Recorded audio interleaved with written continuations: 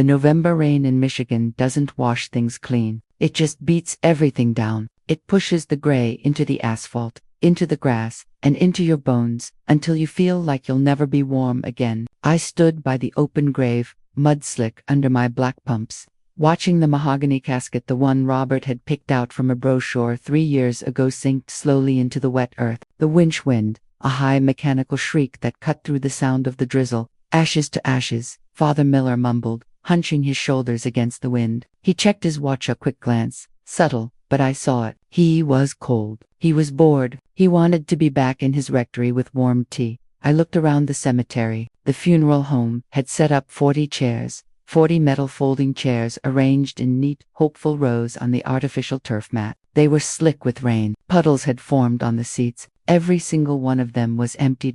Just me, just the priest, and the 2 gravediggers leaning against their truck 50 yards away, smoking cigarettes, waiting for us to leave so they could fill the hole. 45 years of marriage, 45 years of building a life, of raising children, of paying taxes, of Sunday dinners, of fixing broken hearts and broken dreams, and at the end, there was just me and the rain. I had called them. I had begged them. I replayed the call to Jessica in my head. It was short, clipped, and efficient, like everything my daughter did.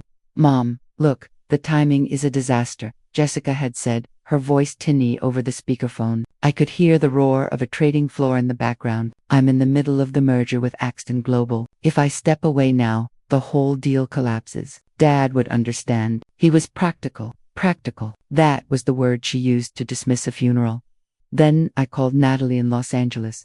"Oh my God, Mom, that's devastating." She had cried. I heard music thumping in the background, a bass line that rattled the phone. "I'm lighting a candle right now." "I am, but Derek is meeting with the Nebula Stream executives tomorrow. This is the big one. If we leave, we lose the momentum. Send flowers for us. The big ones, lilies." She didn't send flowers. No one sent flowers.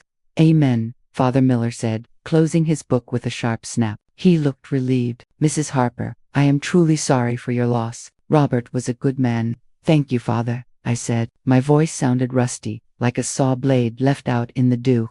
"I hate to bring this up," the priest said, leaning in, his voice dropping to an embarrassed whisper. "But the funeral director, he mentioned there was an issue with the final payment this morning."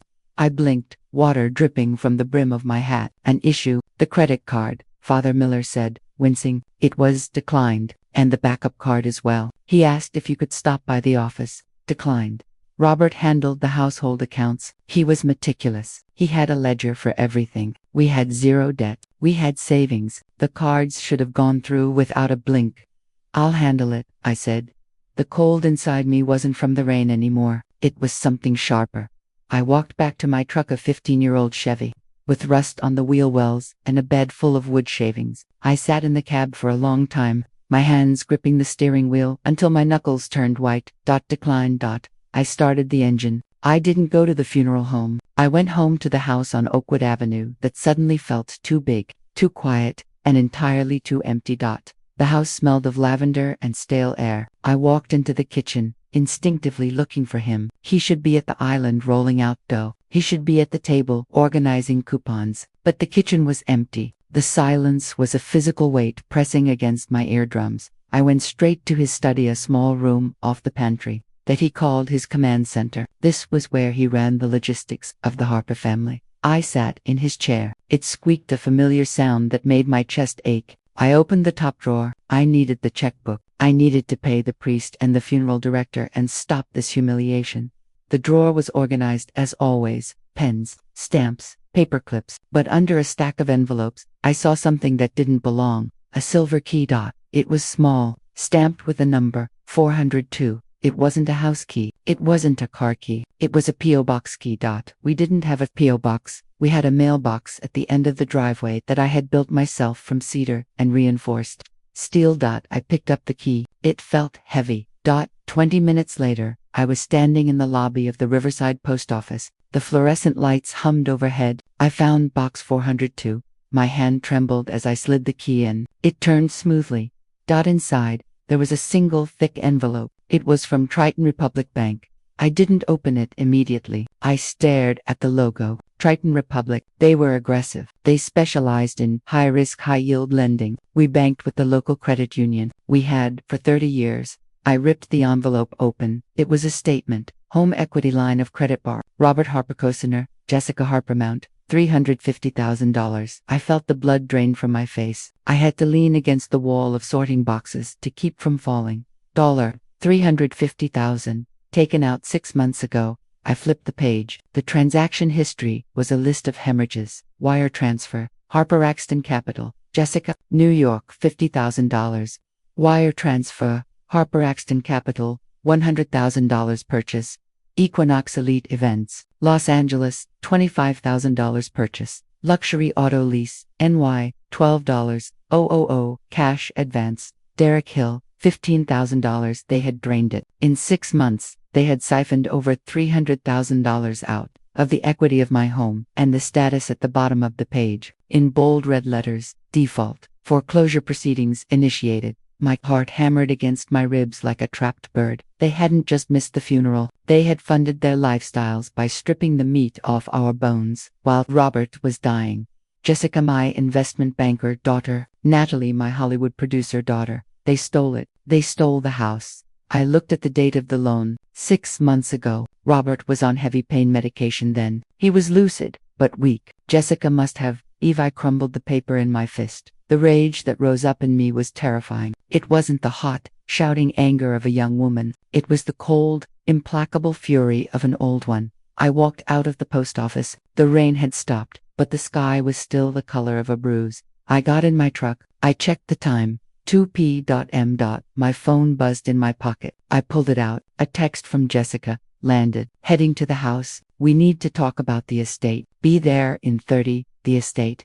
I looked at the foreclosure notice in my hand. There was no estate. There was only a crater. I beat them back to the house by 10 minutes. I sat in the truck in the driveway, watching the street. I didn't go inside. I couldn't bear to be in the house alone with that knowledge. Then I heard them. Not one car to a yellow airport taxi pulled up first. The back door flew open and Natalie stepped out. She was wearing sunglasses despite the gloom, giant black frames that covered half her face. She wore a white faux fur coat that looked ridiculous against the wet autumn leaves. Derek, her husband, scrambled out the other side. He looked like he'd slept in his clothes, wearing a designer t-shirt that was too tight and jeans that were ripped on purpose. Then the luggage started. Derek pulled one suitcase out of the trunk, then another, then a third. The driver helped him with a massive trunk. For bags. For a funeral visit, Mom. Natalie yelled, spotting me in the truck. She waved a frantic, dramatic gesture. We made it. It was hell getting out of LAX. Absolute hell. She didn't look sad. She looked annoyed. Before I could open my door, a black sedan sleeked up to the curb behind the taxi rental. A luxury model. Jessica got out. She was wearing a suit that probably cost more than my truck. She adjusted her cuffs, looking at the house with a critical, appraising squint. She wasn't looking at her childhood home. She was looking at an asset. Marcus, her husband, stepped out of the passenger's side. He was sharp angles and ice-short blonde hair, tailored coat, eyes that missed nothing. He was tapping on his phone before he even closed the car door. I got out of the truck. My boots crunched on the gravel. Mom, Jessica said, walking up the driveway. She didn't hug me. She extended a handshake at her father's funeral. Rough day. You missed it, I said. My voice was flat. I know, Jessica sighed, checking her watch. The flight was delayed, and the merger. Listen, we're here now. That's what counts. We brought wine, Natalie announced, click-clacking up the driveway in high-heeled boots. Derek grabbed the case from the taxi. We need to toast Dad. He would want us to celebrate his life, right? Celebrate, I repeated. Exactly, Marcus said, walking past me without making eye contact. He headed straight for the front door. Let's get inside. It's freezing out here. And Linda, the gutters are clogged. You really need to maintain the curb appeal if we're going to list it. List it. They hadn't been on the property for 2 minutes. The door is locked, Marcus, I said to his back. Well, open it, he said, turning to look at me like I was the help. I walked past them. I unlocked the door to the house. They had already sold out from under me. They flooded into the foyer, bringing the noise, the luggage, and the smell of expensive, uncaring chaos into Robert's sanctuary. They settled into the living room like an occupying army. Derek dumped the suitcases on the hardwood floor, scratching the finish I had applied by hand 10 years ago. Natalie threw her coat on Robert's favorite armchair. Jessica immediately started pacing, holding her phone up, searching for a signal. Wi-Fi password, she asked. I need to check the markets. It's on the fridge, I said, remaining standing by the fireplace, where it's been for a decade. Right, Jessica muttered, typing furiously. Marcus was walking around the room, picking up objects, a porcelain vase, a small bronze statue, turning them over to look for maker marks, then setting them down with a disappointed sniff. So, Natalie said, flopping onto the sofa, this is sad. It's so sad, but at least we're all together. Mom, you look tired. You look really old. Grief does that. I said nothing. I replied. We need to talk about the future, Jessica said, pocketing her phone. She clapped her hands together. Obviously, you can't stay here alone. It's too much house. The maintenance, the taxes, it's not sustainable. I've sustained it for 40 years, I said. Times change, Marcus said from the corner. We've been looking at assisted living facilities. There's a nice one in Detroit, near us. Very efficient. Efficient, I said. Is that what I need? You need supervision, Jessica said, her voice taking on that condescending tone she used when explaining the stock market to me. Mom, let's be real. You're a woodworker. You don't have a pension. Social Security is peanuts. The only value you have is locked in this house. We need to liquidate it to pay for your care. Liquidate, to pay for my care.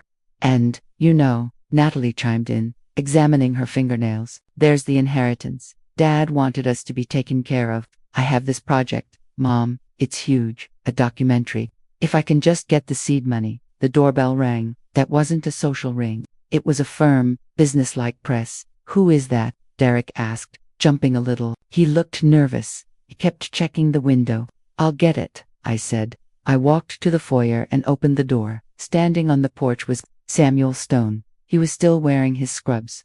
He looked exhausted, his eyes red-rimmed, but he was clutching a thick manila envelope to his chest like a shield. Mrs. Harper, he said softly. Samuel, I said, come in. I led him into the living room. The chatter stopped. The four vultures stared at the hospice nurse. Who is this? Jessica demanded.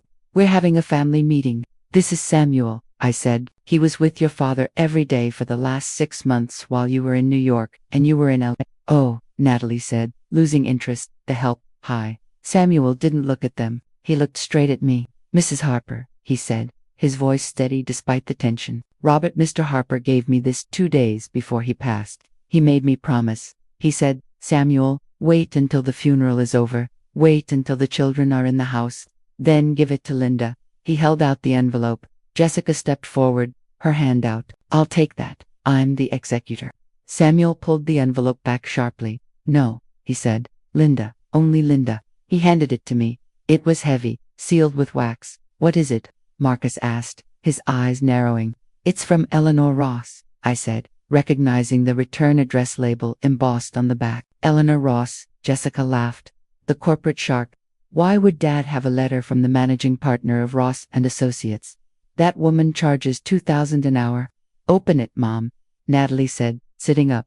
Maybe it's the insurance money. I broke the seal. I pulled out a document bound in blue legal backing. The room went silent. The only sound was the rain tapping against the window pane. Last will and testament of Robert Harper, I read aloud. Skip the preamble, Jessica said, vibrating with impatience. Get to the assets. I turned the page. Article 1. I read, to my loving wife, Linda, I leave my heart, my gratitude, and the entirety of my personal effects, to do with as she pleases. Sweet Natalie said. Keep going. Article 2, I continued. Regarding my financial assets, Jessica leaned in. Marcus stopped pacing. I, Robert Harper, being of sound mind, hereby bequeath all liquid assets, stocks, bonds, and retirement accounts held in my name. I paused.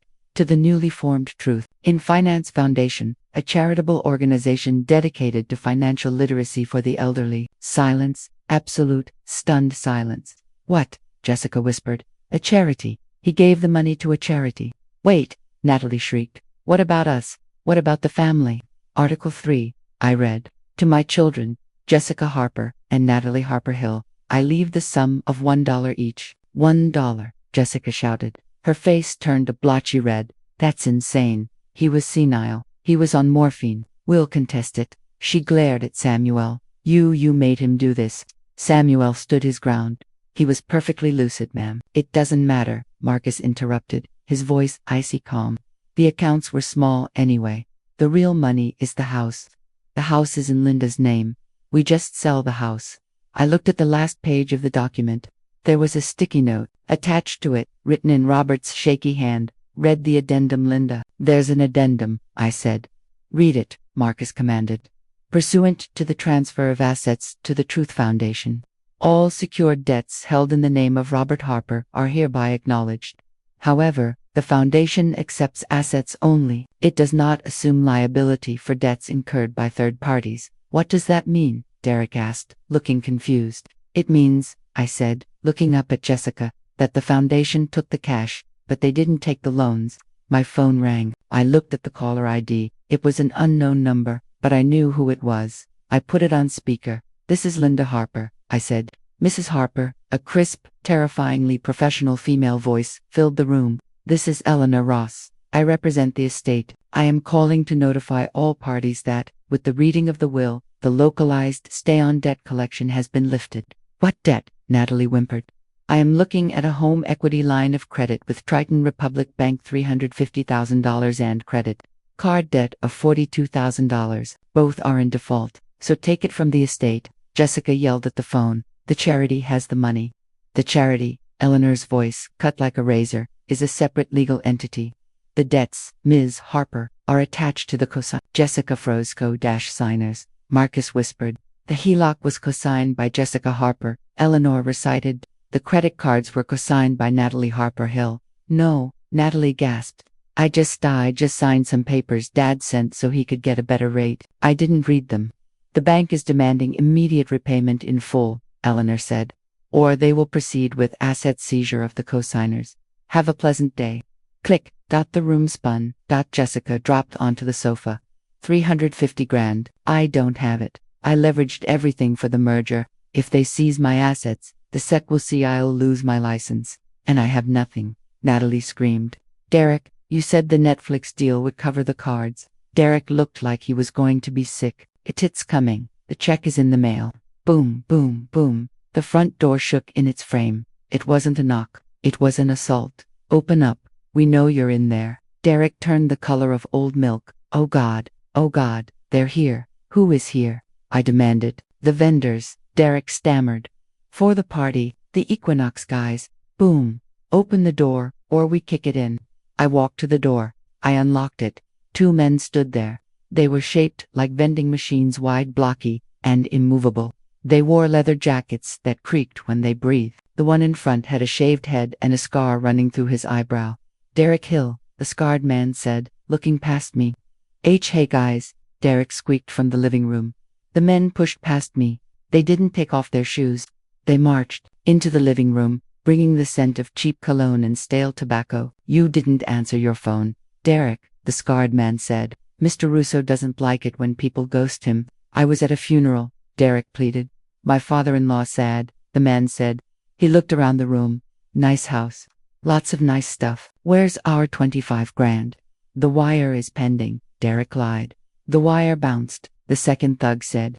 He picked up the porcelain vase Marcus had inspected earlier. He tossed it in the air and caught it. Fraud. That's what the bank said. Account closed.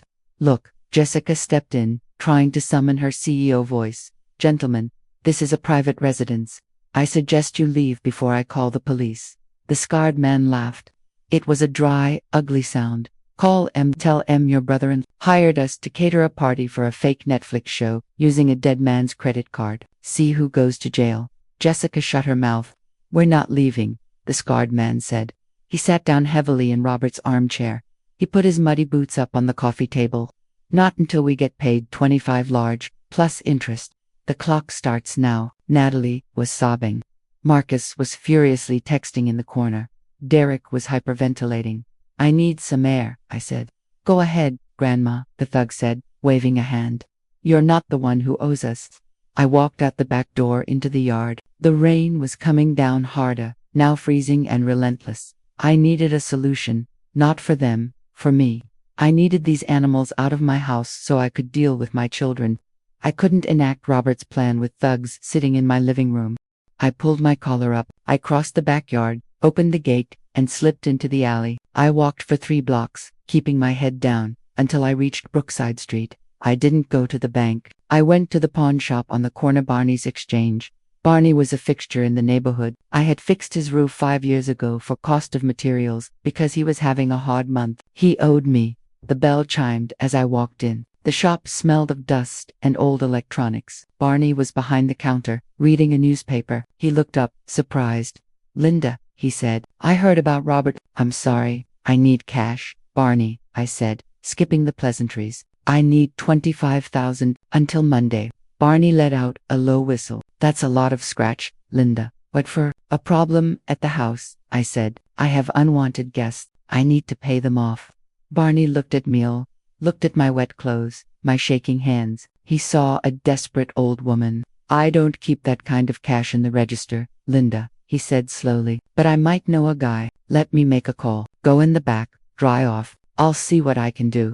I nodded, grateful. "Thank you, Barney." I went into the back room. I sat on a crate of old records. I waited. 5 minutes, 10. I heard the front door open, then voices. "She's in the back," Barney said. "Good work, Barney. We'll handle it." I stood up. That wasn't a loan shark's voice. That was Jessica's voice. I walked out to the front of the shop. Jessica was standing there. Beside her were 2 uniformed police officers. Barney wouldn't meet my eyes. He was counting a stack of $100 bills Jessica had just handed him. "Mom," Jessica said, her voice dripping with fake concern, "thank God we found you. You wandered off. We were terrified."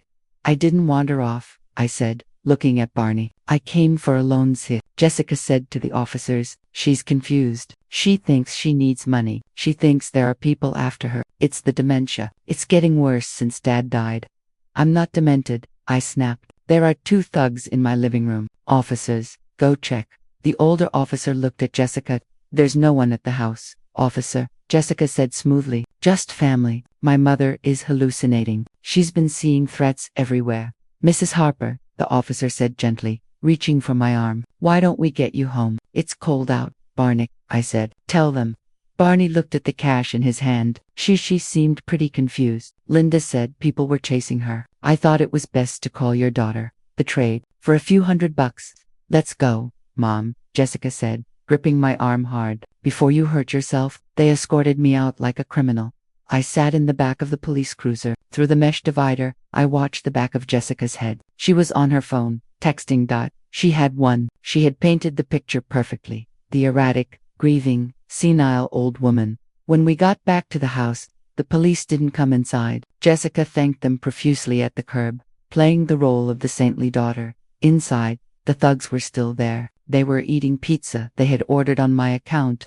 "She's back," Natalie cried. "Mom, are you crazy? Running away like that?" "She went to a pawn shop," Jessica announced to the room. "Tried to borrow money from a fence. She's completely lost it." "I need to go to the study," I said, moving toward the hallway. I needed the diary, Robert's diary. It was the only proof I had that this was a setup, that he was lucid.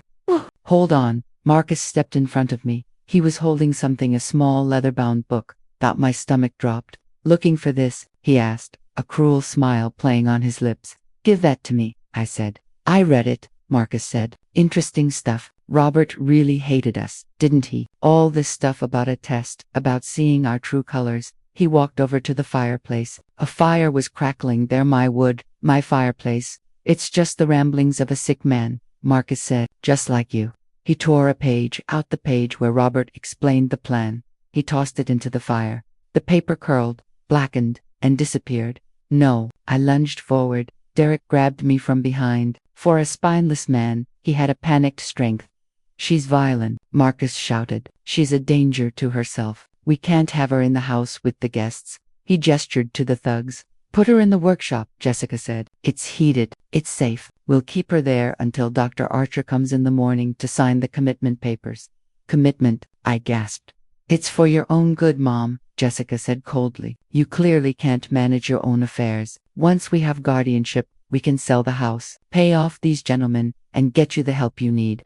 They dragged me through the kitchen, out the back door, and shoved me into my workshop. The heavy wooden door slammed shut. I heard the slide of the deadbolt, then the sound of a heavy piece of lumber being wedged against the door handle from the outside. I was a prisoner in my own workshop. The workshop was cold. The heater wasn't on. It smelled of sawdust, varnish, and machine oil, the smell of my life. I stood in the dark for a moment, listening to the rain drumming on the corrugated metal roof. I could hear the muffled bass of music coming from the house. They were partying. They were celebrating my demise.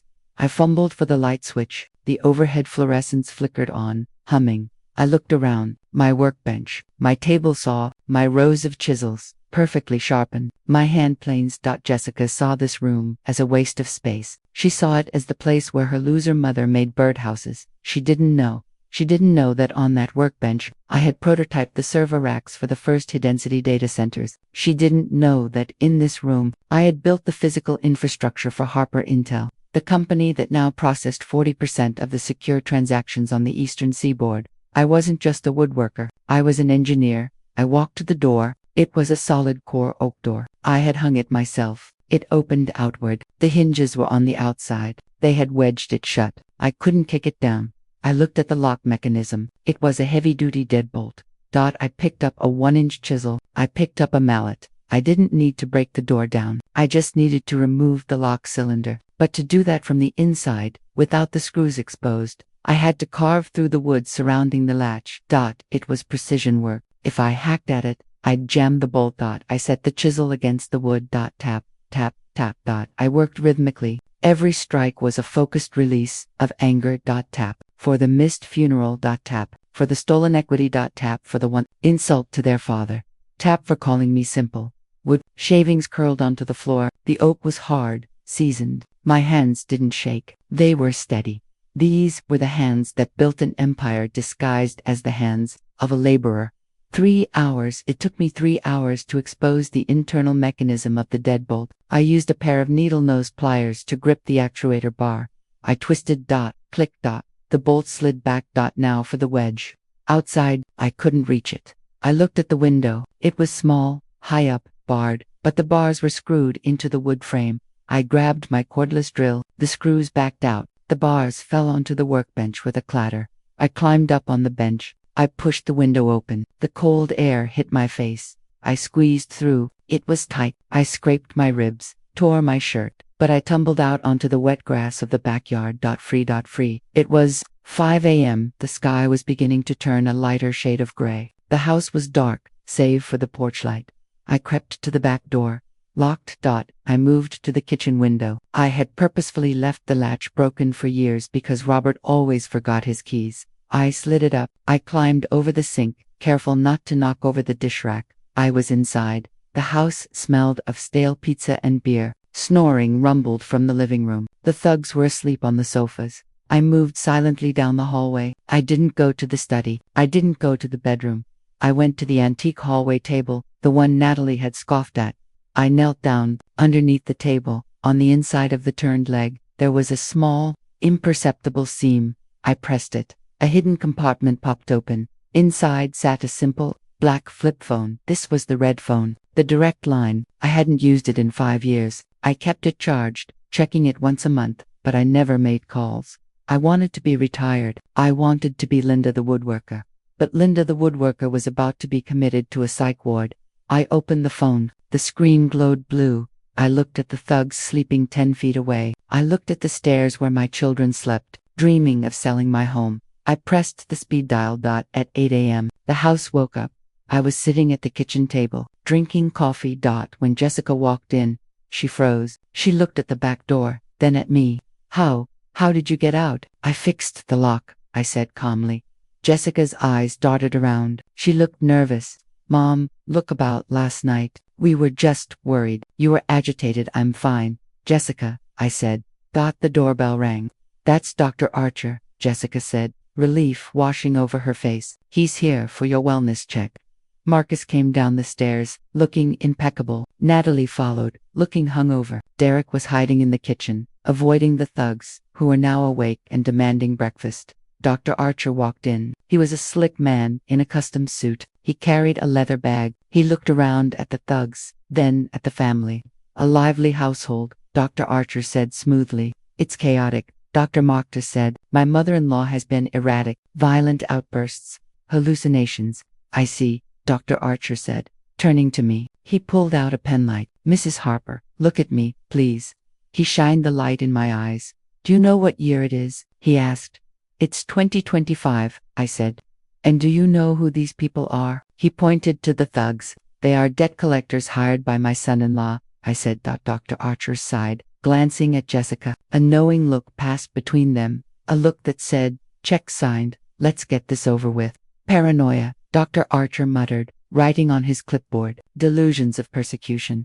Mrs. Harper, I'm afraid I'm going to have to recommend immediate observation. I have a facility in mind, very quiet, secure. Sign the paper, doctor, Jessica urged, before she runs away again. I'm not going anywhere, I said. I reached into my pocket and pulled out the black flip phone. What is that? Natalie asked. That's ancient. It's a tool, I said. Like a chisel. I flipped the phone open. I pressed the speaker button. Security code accepted, a robotic voice announced. Identity confirmed. Chairman Harper. Jessica frowned. Chairman, connecting to command. A moment later, a man's voice came on the line. Sharp alert. Ma'am, we have a geolocation lock on your signal. Status, code red, I said. My voice wasn't the rusty saw anymore. It was steel. Hostile takeover attempt. Immediate extraction and asset protection required. Authorization. Harper 01. Copy that, ma'am. 88, 2 minutes. The legal team is en route with Ms. Ross. I closed the phone. The room was silent. Who was that? Dr. Archer asked, his pen hovering over the clipboard. That, I said, standing up, was my security detail. Mom, stop it. Jessica laughed, but it was a nervous, high-pitched sound. You're playing Mickball. Security detail. You're a woodworker. Am I? I asked. I looked at the thugs. Gentlemen, if I were you, I would leave now. The scarred thug laughed. Or what, old lady? You gonna hit me with a hammer? Or, I said, looking out the front window, you can explain your business to them. Gravel crunched. Tires, SQUEALED. 4 black SUVs roared up the driveway, blocking the taxi, the rental car, and the street. Doors flew open. Men in tactical gear spilled out, moving with military precision. They flanked the house. Jessica ran to the window. What the hell are those feds? The front door opened. Eleanor Ross walked in. She wasn't alone. She was flanked by 2 armed security guards wearing vests emblazoned with the logo, Harper Intel. Eleanor looked at the scene, the thugs, the family, the terrified doctor. She adjusted her glasses. Mrs. Harper, she said, nodding to me. My apologies for the delay. Traffic on the interstate. It's fine, Eleanor, I said. Dr. Archer dropped his clipboard. Ms. Ross, Eleanor Ross. He knew her. Every corrupt professional in the state knew who she was. She was the one who disbarred them. Dr. Archer, Eleanor said, her voice cold. I see you are attempting to commit my client. I assume your malpractice insurance is up to date, because you're going to need it. I was just, Dr. Archer stammered, backing away. Sit down, one of the guards barked. Dr. Archer sat. The thugs tried to stand up. We're leaving. Sit, the guard said. He rested his hand on his holster. The thugs sat.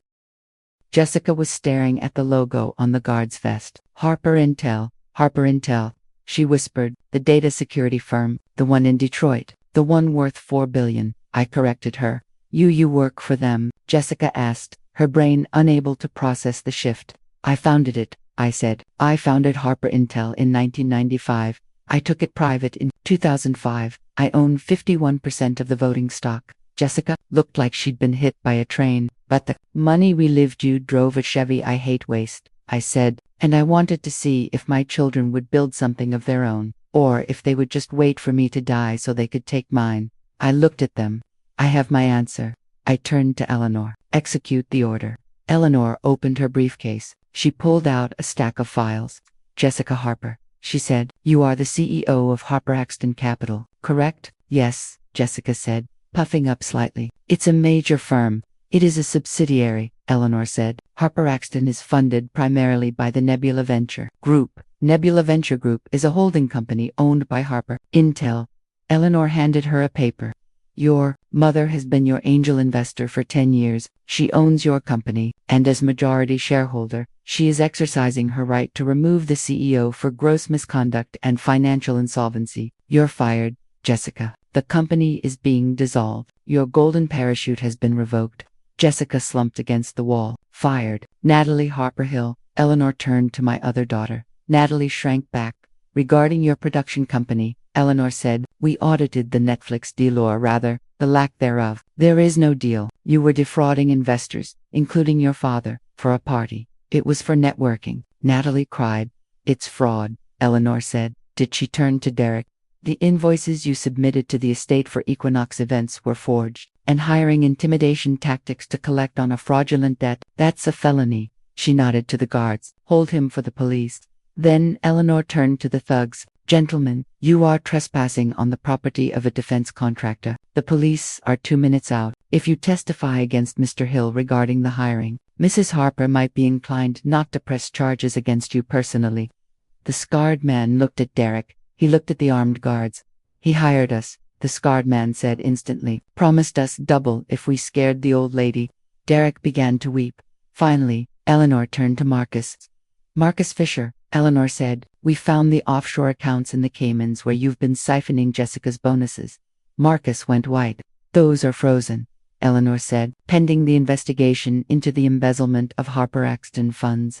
The room was quiet. The power had shifted so violently that the air pressure seemed to have dropped. Marcus was the first to move. He looked at Jessica Nemblid. In debt, stripped of her status, he reached into his pocket. He pulled out a key fob. Marcus, Jessica whispered. You're broke, Jessica, he said, his voice devoid of emotion, and you're an idiot. I don't do broke idiots. He tossed the keys to the rental car on the floor. He walked out the front door, past the guards, past the police cars pulling up, and clicked his heels down the driveway. Jessica watched him go. She didn't chase him. She didn't have the strength. The police officers entered. The guards handed Derek over. He was sobbing, begging Natalie to help him. Natalie just stared at the floor. Dr. Archer tried to sneak out behind them. Ah, Dr. Eleanor called out. The medical board is online too. They'd like a word. Dr. Archer stopped, his head hanging low. When the dust settled, it was just me, Jessica, and Natalie. They sat on the sofa, the same sofa where they had plotted to lock me away. I stood by the fireplace. Eleanor stood by my side, holding 2 thin folders. So, I said. They flinched. You are ruined, I said. Jessica, you have lost your job and your company. You owe the bank $350,000. Natalie, you are liable for $40,000 in credit card debt. You have no skills, no job, and your husband is going to prison. They didn't speak. They knew it was true. I could leave you to it, I said. I could let the bank foreclose on you. I could let you declare bankruptcy and live on the street. It's what you deserve. Jessica looked up. There were tears in her eyes, real tears this time. Fear. But, I said, Robert wouldn't want that. He wanted you to learn. He wanted you to build character. I took the folders from Eleanor. Door number 1, I said. You walk out. I never see you again. You face the debts alone. We can't, Natalie whispered. We'll die. Door number 2, I said. You stay. Jessica asked, a flicker of hope in her eyes. You mean live here? No, I said. I mean you work for me. I tossed the folders onto the coffee table. Employment contracts, I said, for the Truth in Finance Foundation. They stared at the folders. Jessica, I said, you're good with numbers. You will be the junior auditor. You will review every single receipt for every grant we issue. You will look for fraud. You will catch people trying to do exactly what you did. Okay, Jessica said. Okay, I can do that. What's the salary? Minimum wage, I said. Garnished 100% until your debt to the estate is paid off. You will live in the guest cottage. You will pay rent. You will work until you are square. Jessica's face fell. That will take years. Better start now, I said. I turned to Natalie. Natalie, I said, the foundation holds galas, events, fundraisers. I can plan them, she said, sitting up. I'm a producer. No, I said, you're the setup crew. You will set up the chairs. You will fold the napkins. You will sweep the floors after the guests leave. Minimum wage. Garnished. A janitor. She gasped. An honest living. I said. Those are the terms, I said. Take it or leave it. Jessica looked at her hands, soft hands, hands that had never held a hammer, hands that had signed a paper to steal from her dying father. She looked at the door where Marcus had left. She looked at the luxury suit that was now just a costume for a life she couldn't afford. She picked up the pen. Her hand shook, but she signed. Natalie looked at her. She looked at me. She realized there was no movie deal coming to save her. There was no rich husband. There was only the truth. She picked up the pen. She signed. Good, I said. I looked at the clock. 10 antes do meio-dia. Jessica, I said, the gutters are clogged. You mentioned it yesterday. Jessica looked confused. There's a ladder in the shed, I said. Get to work. 6 months later, the Robert Harper wing of St. Jude's Hospital was opening. Sunlight streamed through the glass atrium, illuminating the brass plaque with his name on it. I stood at the podium. I wore my best suit. The room was filled with doctors, nurses, and donors. Samuel Stone was there, smiling in the front row. Robert believed in truth, I said into the microphone. He believed that love wasn't about what you gave people, but what you taught them. I looked to the back of the room. There was a table set up with brochures. Behind it sat Jessica. She was thinner. She wasn't wearing a suit. She was wearing a polo shirt with the foundation logo. She was explaining a grant application to an elderly couple, pointing out the details with patience I had never seen in her before. She checked her watch, a cheap digital one, and went back to work near the catering station. Natalie was on her knees, taping down a loose corner of the red carpet so no one would trip. She looked tired. Her nails were short and unpainted. She stood up, wiped her forehead, and saw me looking at her. She didn't wave. She didn't smile, that fake Hollywood smile. She just nodded a sharp, respectful nod. And then she picked up a tray of empty glasses and marched toward the kitchen. They were tired. They were broke. They were humbled. But for the first time in their lives, they weren't useless. I looked back at the crowd. I touched the wood of the Podem white oak, sturdy, enduring. To Robert, I said. And in the back of the room, my children raised their glasses of water and drank.